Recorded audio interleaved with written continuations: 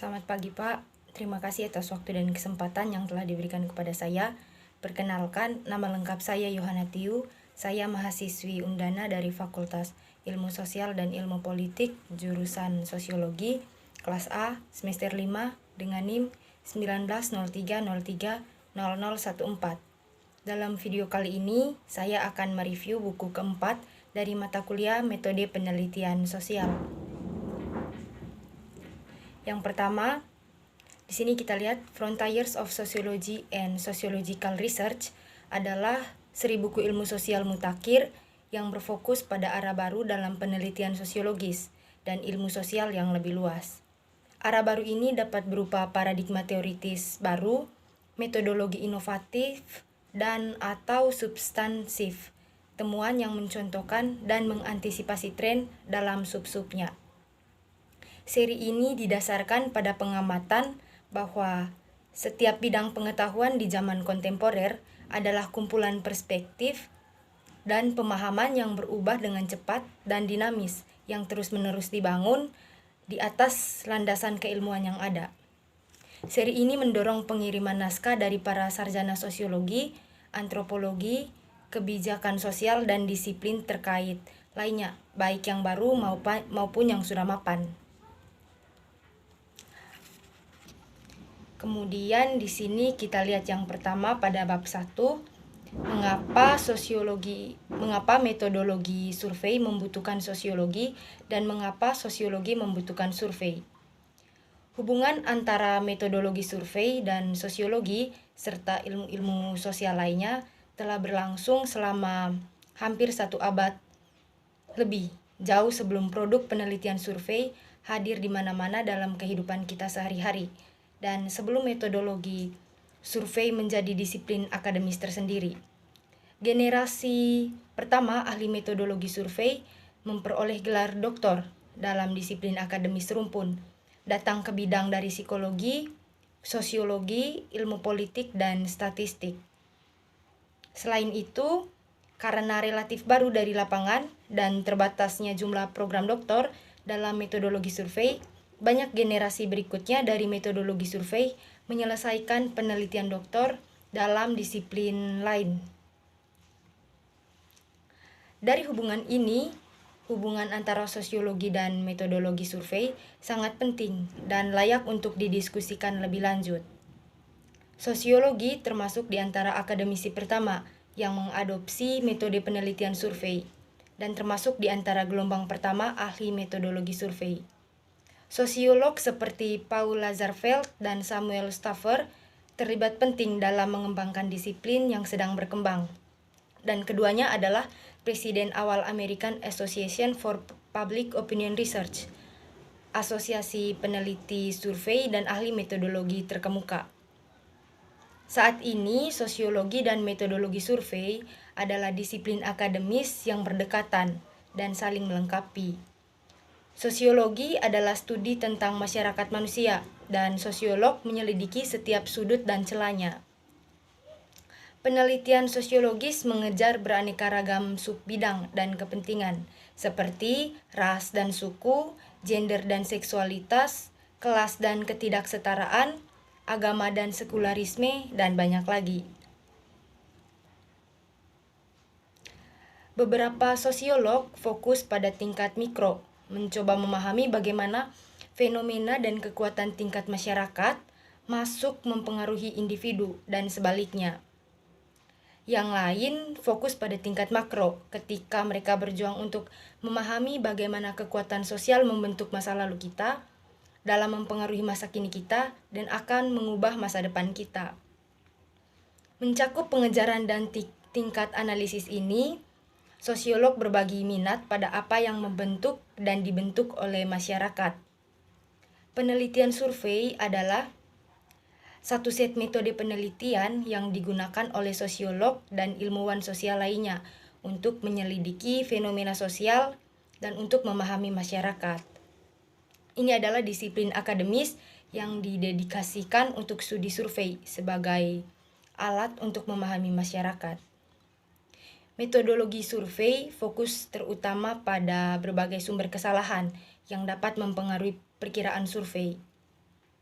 Fokus ini disebut total kesalahan survei atau pendekatan TSE yang mengarahkan ahli metodologi survei pada sumber dan efek kesalahan non-sampling seperti kesalahan pengukuran, non-respons, cakupan pemrosesan, dan penyesuaian. Sebagian besar penelitian di field menyelidiki ramifikasi kesalahan ini dan bagaimana memperbaiki atau menghindarinya. Kemudian, meskipun sosiolog terwakili dengan baik di antara para peneliti dan ahli metodologi survei paling awal, teori-teori psikologis lebih banyak digunakan dalam pengembangan metodologi survei sebagai disiplin akademis. Pada tahun-tahun awal disiplin, dalam pembentukannya, pendekatan psikologis yang dominan dalam penelitian survei berorientasi pada psikologi sosial. 4 dekade terakhir, melihat metodologi survei mengambil giliran kognitif bersama dari banyaknya bidang psikologi. Pergeseran ini bernama Cognitive Aspects of Survey Methodology.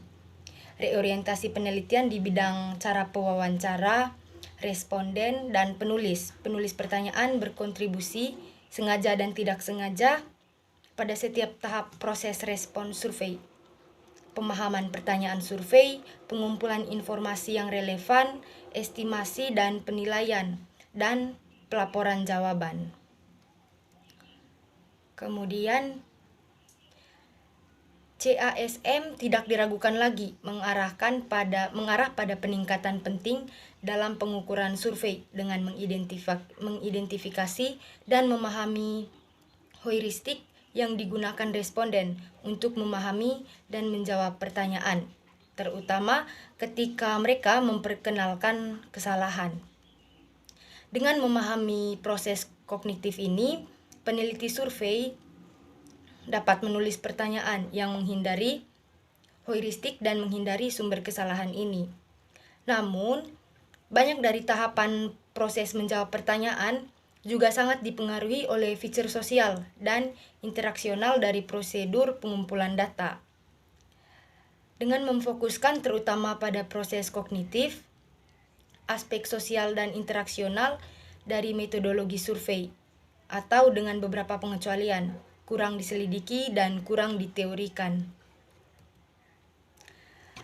Kemudian program penelitian yang direvitalisasi yang menghubungkan metodologi survei dengan teori sosiolog cukup menjanjikan, mengingat sosiologi landasan teoritis yang kaya dan badan penelitian yang luas.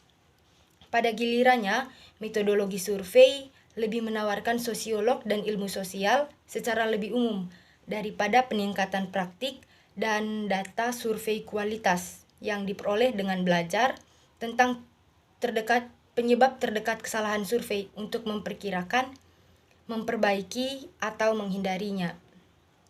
Hubungan kontraktual yang begitu sederhana mengaburkan masa lalu dan potensi kedalaman hubungan antara keduanya.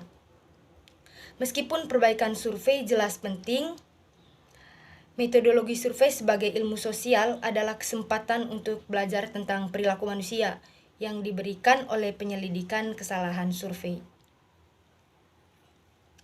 Kemudian, dalam bab 2, Don Dillman dalam Washington State University menilai keadaan teori saat ini dan penelitian tentang no-response survey, menyusun rencana untuk penelitian masa depan dan pembangunan teori. Pertama, dia meninjau praktik terbaik saat ini untuk mendorong respons survei dan mengurangi non-respons, seperti menggunakan beberapa mode kontak, mengurangi beban tugas respons dengan membatasi panjang survei, dan memberikan insentif survei dengan permintaan partisipasi. Dia kemudian menggunakan ulasan ini untuk menilai teori bersaing utama yang digunakan untuk memahami dan menjelaskan non-respons, termasuk teori disonansi kognitif, tindakan beralasan, dan teori perilaku terencana. Dillman dalam tinjauan ini menggarisbawahi kebutuhan untuk bergerak melewati teori non-respons yang idiosinkratik, post hoc, dan just so yang dirancang untuk menjelaskan fenomena dalam kondisi yang dibatasi secara sempit atau adaptasi dari teori umum yang gagal untuk secara efektif dan lengkap menjelaskan fenomena non-respons di seluruh survei. Sebaliknya, Dillman berpendapat bahwa kebutuhan lapangan adalah penjelasan komprehensif tentang fenomena yang jelas tujuannya dan didasarkan pada penelitian saat ini dan teori sosial yang relevan di seluruh disiplin ilmu sosial. Hanya dengan pijakan yang baik di atas landasan teoritis yang kokoh, proses substansial dapat dibuat untuk memahami secara komprehensif non-respons survei dan tindakan yang diperlukan untuk mengatasinya. Dalam bab 3, Philip Brenner di University of Massachusetts Boston menerapkan paradigma sosiologis, interaksionisme simbolik, dan teori identitas untuk memahami bias keinginan sosial. Pertama, dia meninjau pemahaman konvensional tentang pertanyaan sensitif yang memperlakukan tanggapan yang diinginkan secara sosial terhadap pertanyaan sensitif sebagai masalah manajemen kesan. Pemahaman ini berfokus pada manajemen kesan sebagai konstruksi kepribadian yang mendorong respons yang diinginkan secara sosial. Dalam bab ini mengkritik pendekatan ini dengan menyatakan bahwa pendekatan ini tidak memiliki kekuatan penjelas karena gagal untuk menghargai bagaimana interaksi sosial berfungsi secara umum dan lebih spesifik, terutama dalam konteks di mana pengukuran survei terjadi. Brenner kemudian mengalihkan perhatiannya ke teori identitas dengan alasan bahwa teori itu memberikan penjelasan yang lebih lengkap tentang respon yang diinginkan secara sosial dengan mengintegrasikan konteks pengukuran sosial ke dalam pemahamannya. Demikian hasil review dari buku keempat mata kuliah metode penelitian sosial. Sekian dan terima kasih.